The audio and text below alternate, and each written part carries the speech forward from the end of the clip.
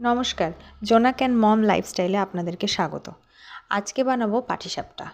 তার জন্য প্রথমে কড়াই বসিয়ে তাতে খোয়া ক্ষীর, চিনি, এলাচ গুঁড়ো আর দুধ দিয়ে পুরটা তৈরি করে নিলাম। এবার একটা পাত্রের মধ্যে রুল ময়দা, সুজি আর দুধ আর সামান্য একটু গরম জল দিয়ে একটা পাতলা ব্যাটার তৈরি করে নিতে হবে। খেয়াল রাখতে হবে ব্যাটারটার মধ্যে যেন কোনো রকমের ময়দা বা সুজির দানা না থাকে।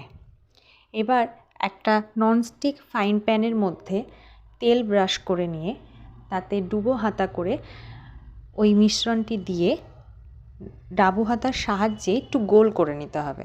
আপনারা চাইলে অন্য কিছুও তেজপাতা বা তালপাতাও ব্যবহার করে আগেকার দিনের মতন গোল করতে পারেন। আমার এটা সুবিধা তাই আমি করলাম।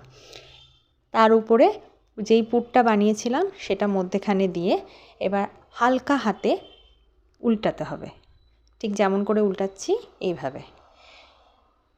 এইভাবে উল্টানোর পর আঁচটা একদম লোতে রাখবেন।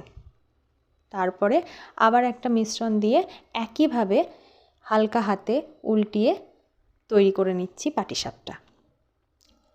আর একটা পাটিসাপটা তৈরি করার সময় সেই পাটিসাপটাটাকে ফ্রাইং প্যানে সাইডে রাখলে আর একটা পাটিসাপটা তখন তৈরি করা হবে, যাতে ওইটা ধিমে আছে ধীরে ধীরে পাটিসাপটার ভেতরটা তৈরি হয়। এভাবে আমি একটার পর একটা পাটিসাপটাগুলো তৈরি করে নিয়েছি। আপনারাও এইভাবেই করবেন, আশা করি খেতে খুবই ভালো হবে।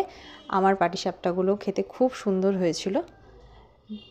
দেখুন, আমার সমস্ত পাটিসাপটা ভাজা কমপ্লিট হয়ে গেছে। বানিয়ে জানাবেন কেমন হয়েছে।